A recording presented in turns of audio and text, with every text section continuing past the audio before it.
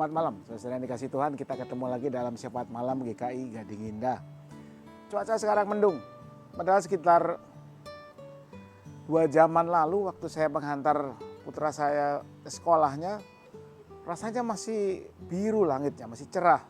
Tapi rupanya dalam waktu yang cukup pendek, cuacanya berubah cukup drastis. Ya, kita sudah harus siap-siap hujan nih. Ya. Jadi saudara yang dikasih Tuhan, memang yang namanya perubahan adalah hal yang tidak bisa dihindari, pasti terjadi dalam hidup kita.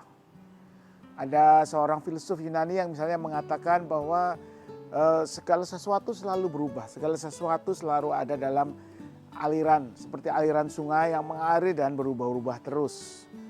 Dan harus diakui, kita seringkali sukar menerima perubahan.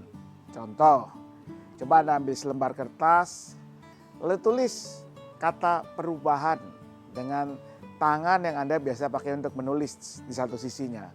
Tuliskan 10 kali. Mudah kan?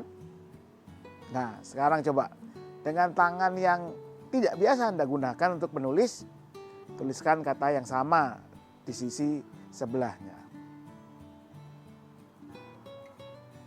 Sukar ternyata. Sangat sukar buat banyak orang.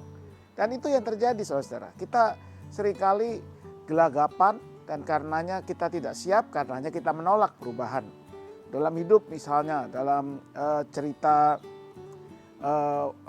dunia bisnis, ada perusahaan-perusahaan besar yang terkaget-kaget ketika mereka ternyata tidak bisa menghadapi perubahan. Padahal tadinya mereka perusahaan yang begitu kuat, begitu leading the market ya, artinya mereka memimpin pasar.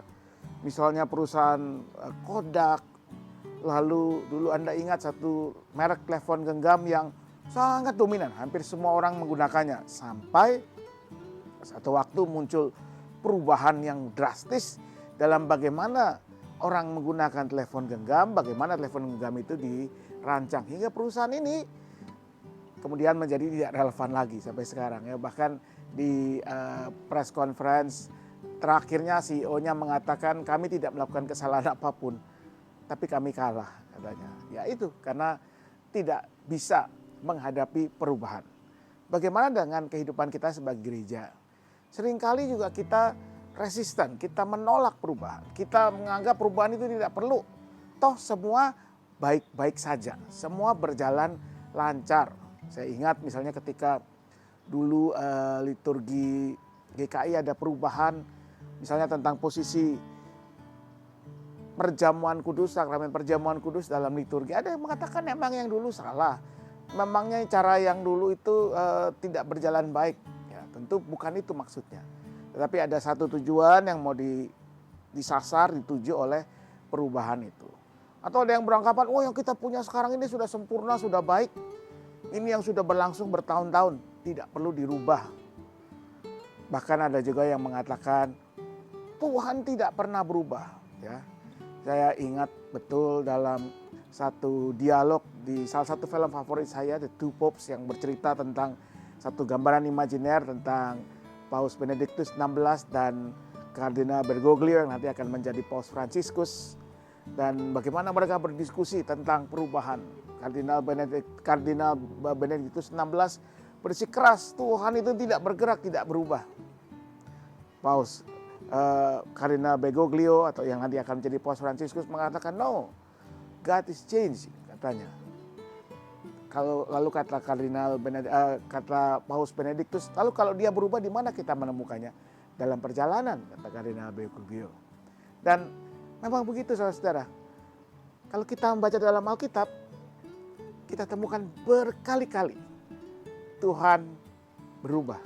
Tuhan menunjukkan kesediaan untuk menanggapi situasi kondisi sekitar yang dialami manusia dan mengubah apa yang sudah ia rencanakan. Di kitab Kejadian misalnya, Tuhan sudah berencana menghukum kota Sodom dan Gomora, tetapi ketika Abraham menawar, kalau ada sekian orang yang baik, bolehkah kau tangguhkan dia? Mulai dari 50, 40, 30, 20, 10 saudara. Tuhan merespon Abraham. Di kitab Yunus, Tuhan yang sudah berniat menghukum kota Niniwe, ternyata Niniwe bertobat. Sehingga Tuhan menangguhkan hukumannya. Tuhan tidak jadi menghukum Niniwe. Justru Yunus yang kemudian kesal karena Tuhan tidak jadi menghukum Niniwe. Yaitu sesungguh aneh, Yunus kesal karena Tuhan itu baik. Di perjanjian baru, bagaimana Petrus yang tadinya enggan melayani orang bukan Yahudi. Tetapi ketika dibukakan penampakan oleh Tuhan, akhirnya dia mau menjumpai keluarga Kornelius, membaptis mereka. Saulus yang tadinya juga membenci murid-murid Kristus, justru kemudian menjadi pekabar Injil yang begitu hebat. Bahkan Tuhan Yesus sendiri kita temui dalam kitab Injil beberapa kali diceritakan. Misalnya dengan perempuan Sirofenisia, semula Tuhan tidak mau melayaninya. Dia katakan, aku datang hanya untuk domba-domba yang hilang dari umat Yahudi, umat Israel.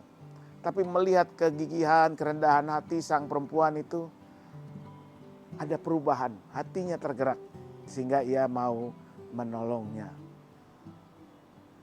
Yang tidak berubah apa? Ya, kalau Anda ingat, kalau orang yang mengatakan Tuhan tidak pernah berubah kan pakai lagu sekolah minggu ya. Tuhan Yesus tidak berubah, tidak berubah. Yang tidak berubah apa saudara?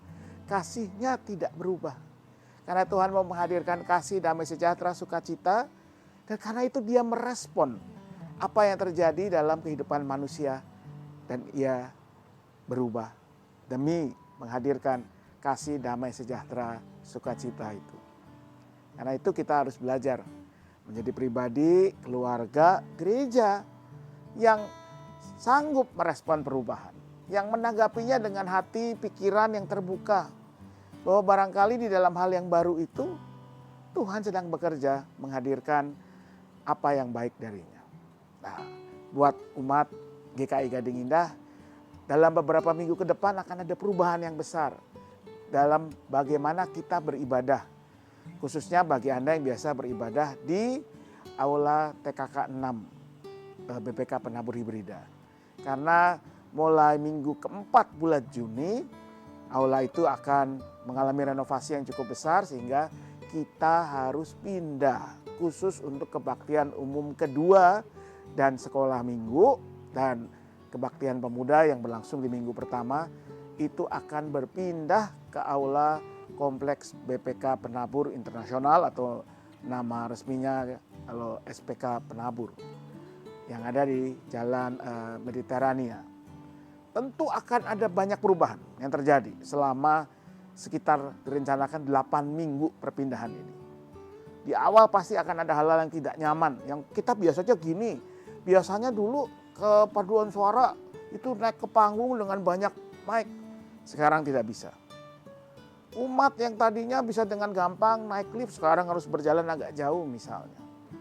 Sekolah minggu yang menempati ruangan baru dan sebagainya dan sebagainya. Tapi sebagaimana yang kita pelajari hari ini, kita harus selalu siap menanggapi perubahan dan menghadirkan sesuatu yang positif, yang baik di dalamnya. Karena di lewat situlah sesungguhnya kita sedang mencari, tapi juga sekaligus menyambut dan menghadirkan kasih karunia Allah. Mari kita belajar menghadapi perubahan dan menjadikan perubahan sebagai juga kesempatan menghadirkan kasih anugerah Allah yang sudah kita terima. Allah yang sudah menanggapi dunia yang berubah juga agar kasih anugerah sukacitanya nyata dan bisa kita nikmati.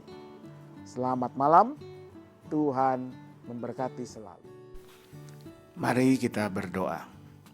Kami bersyukur ya Tuhan untuk kehidupan kami dengan segala warna-warninya, termasuk dengan segala perubahan yang harus kami hadapi dan kami jalani. Kami percaya seluruh perubahan yang terjadi dalam hidup kami tak lepas dari tangan kasih Tuhan yang mau menghadirkan berkat, anugerah, sukacita Tuhan. Karena itu beri kami hikmat untuk menanggapinya, agar kami merespon dengan bijak, dengan penuh hikmat, bukan dengan ketidaksiapan, bukan dengan kecurigaan, bukan dengan kekerasan hati, tapi kami mau terbuka akan Tuhan yang hadir lewat berbagai hal, termasuk lewat perubahan-perubahan yang terjadi dalam hidup kami.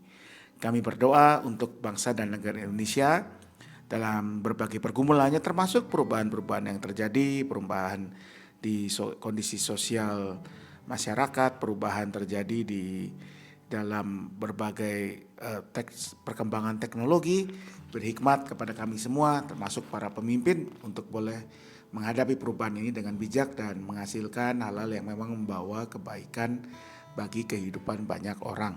Kami mau berdoa untuk gereja yang juga harus selalu berubah, selalu harus siap mengalami reformasi, biar gereja boleh menghadapi perubahan-perubahan dengan tetap berpegang pada apa yang menjadi kebenaran Tuhan, dengan mencari hikmat Tuhan untuk menjalani setiap perubahan.